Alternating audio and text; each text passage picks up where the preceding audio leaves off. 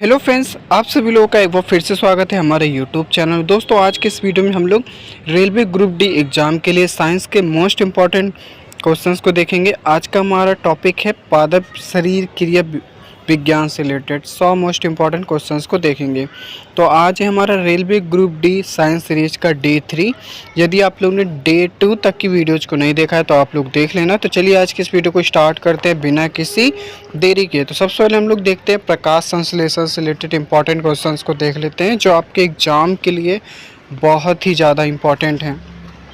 तो first question है हमारा, पौधे द्वारा भोजन बनाने की प्रक्रिया क्या कहलाती है? तो आप लोगों को ध्यान रखना है प्रकाश संश्लेषण, यह आप लोगों को ध्यान रखना है। चलिए देखते हैं नेक्स्ट हमारा, प्रकाश संश्लेषण की प्रक्रिया मुख्य रूप से कहाँ से होती है? तो आप लोगों को ध्यान रखना है पत्तियों में। नेक्स्ट है, प्रकाश संश्लेषण के लिए आवश्यक 4 मुख्य घटक कौन से हैं? तो पहला है धूप, दूसरा है क्लोरोफिल, तीसरा है CO2 गैस और जल। यह आप लोग को ध्यान रखना है। नेक्स्ट है हमारा, प्रकाश संश्लेषण के दौरान कौन सी गैस मुक्त होती है? तो आप लोग को ध्यान रखना है ऑक्सीजन गैस। ठीक है, चलिए देखते हैं नेक्स्ट क्वेश्चन है हमारा, प्रकाश संश्लेषण के दौरान ऑक्सीजन कहाँ से प्राप्त होती है? तो आप लोगों को ध्यान रखना है जल के अणु के टूटने से। ठीक है, क्या निकलती है? H2O। नेक्स्ट है, प्रकाश संश्लेषण में सौर ऊर्जा किस ऊर्जा में परिवर्तित होती है? तो आप लोगों को ध्यान रखना है रासायनिक ऊर्जा में। नेक्स्ट क्वेश्चन है हमारा, क्लोरोफिल के केंद्र में कौन सी धातु पाई जाती है? तो आप लोगों को ध्यान रखना है मैग्नीशियम धातु। नेक्स्ट है, प्रकाश संश्लेषण की दर किस रंग के प्रकाश में सर्वाधिक होती है? तो आप लोगों को ध्यान रखना है लाल रंग में।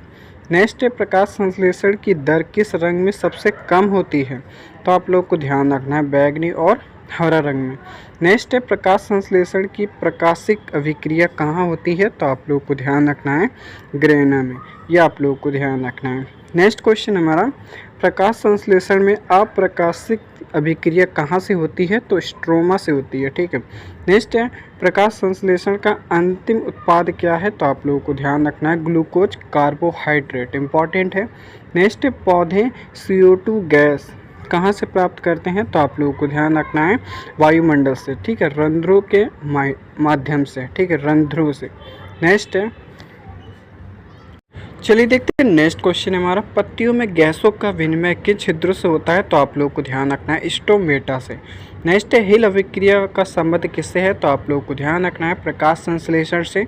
नेक्स्ट, रात में प्रकाश संश्लेषण की प्रक्रिया क्यों नहीं होती है? तो आप लोगों को ध्यान रखना है क्योंकि सूर्य के प्रकाश के अभाव के कारण।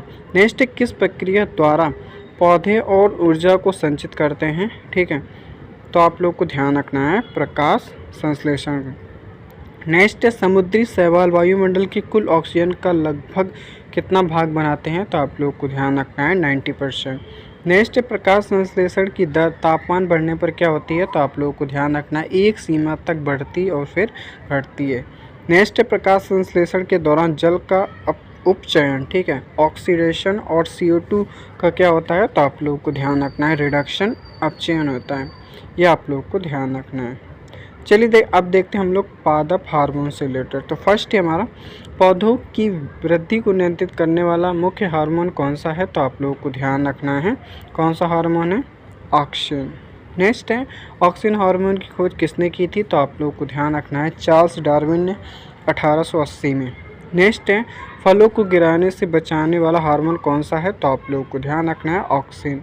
नेक्स्ट है, बौने पौधों को लंबा करने के लिए किस हार्मोन का उपयोग होता है? तो आप लोगों को ध्यान रखना है जिब्रेलिन का यूज होता है। ये आप लोगों को ध्यान रखना है। नेक्स्ट है, बीजों की सुव्यवस्था को भंग करने वाला हार्मोन कौन सा है? तो आप लोगों को ध्यान रखना है जिब्रेलिन। नेक्स्ट है, कोशिका विभाजन में सहायक हार्मोन कौन सा है? तो आप लोगों को ध्यान रखना है साइटोकाइनिन। यह आप लोगों को ध्यान रखना है। नेक्स्ट है, साइटोकाइनिन की खोज किसने की थी? तो आप लोगों को ध्यान रखना है मिलर नामक वैज्ञानिक ने 1955 में। यह आप लोगों को ध्यान रखना है। नेक्स्ट है, RNA और प्रोटीन बनाने में सहायक पादप हार्मोन कौन सा है? तो आपको ध्यान रखना है साइटोकाइनिन। नेक्स्ट है, पौधों की वृद्धि को रोकने वाला हार्मोन कौन सा है? तो आप लोगों को ध्यान रखना है एब्सिक एसिड, ठीक है, ABA जिसको बोलते हैं। नेक्स्ट है, फूलों के खिलने में मदद करने वाला हार्मोन कौन सा है? तो फ्लोरिजेंस। नेक्स्ट है, घायल ऊतकों की मरम्मत करने वाला पादप हार्मोन कौन सा है? तो ट्राइमेटिक एसिड। नेक्स्ट है गैसीय अवस्था में पाया जाने वाला एकमात्र हार्मोन कौन सा है? तो आप लोग को ध्यान रखना है एथिलीन। नेक्स्ट है प्राकृतिक रूप से फलों को पकाने वाला हार्मोन कौन सा है? तो आप लोगों को ध्यान रखना है एथिलीन।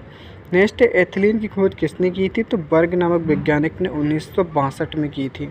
यह आप लोगों को ध्यान रखना है।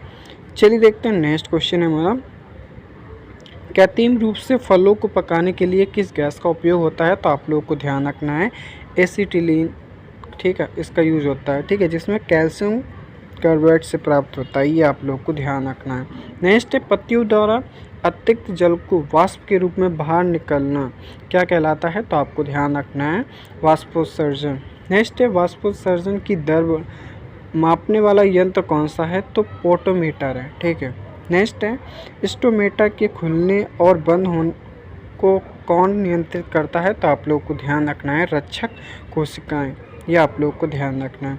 नेक्स्ट रात के समय रंध्र सामान्यतः क्या होते हैं? तो आप लोग को ध्यान रखना है बंद हो जाते हैं। ठीक है, नेक्स्ट पौधों में जल का परिवहन किसके द्वारा होता है? तो जाइलम के द्वारा होता है। ये आप लोग को ध्यान रखना है।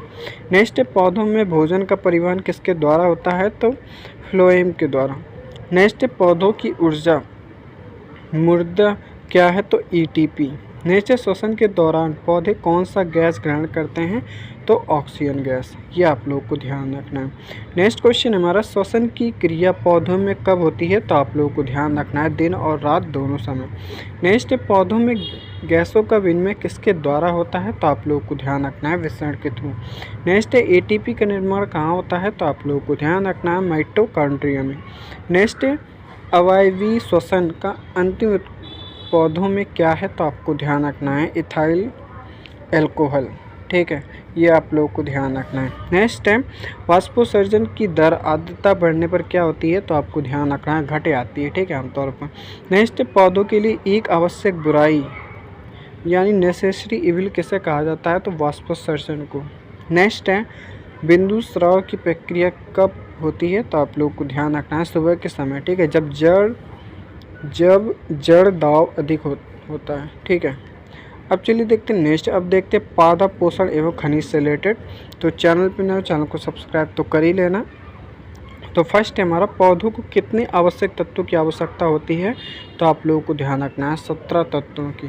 नेक्स्ट है पौधों के मुख्य पोषक तत्व कौन से हैं? तो आप लोगों को ध्यान रखना है नाइट्रोजन, फास्फोरस और पोटेशियम।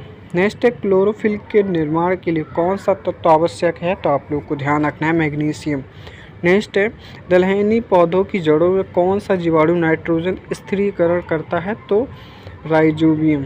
नेक्स्ट है मिट्टी में नाइट्रोजन की कमी को पूरा करने के लिए किसान क्या बोते हैं? तो आप लोगों को ध्यान रखना है दलहन की फसलें। नेक्स्ट है पौधों में खैरा रोग किसकी कमी से होता है? तो आप लोगों को ध्यान रखना है जस्ता यानी जिंक की कमी से। नेक्स्ट है आलू में ब्लैक हार्ट रोग किस कारण होता है? तो आप लोगों को ध्यान रखना है ऑक्सीजन की कमी से, इम्पॉर्टेंट है।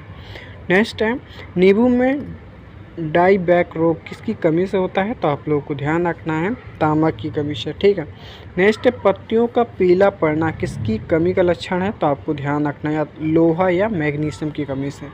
नेक्स्ट है पौधों में फास्फोरस मुख्य रूप क्या कार्य करता है? तो आपको ध्यान रख जड़ों का विकास और फल पकाना, यही काम है। ठीक है, फास्फोरस का। चलिए देखते हैं नेक्स्ट है हमारा पौधों का प्रकाश की ओर मुड़ना क्या कहलाता है? तो प्रकाशानुवर्तन। नेक्स्ट है जड़ का नीचे की ओर बढ़ना क्या कहलाता है? तो गुरुत्वानुवर्तन। नेक्स्ट है छुई की पत्तियां का स्पर्श से बंद होना क्या कहलाता है? तो कंपानुकुंचन।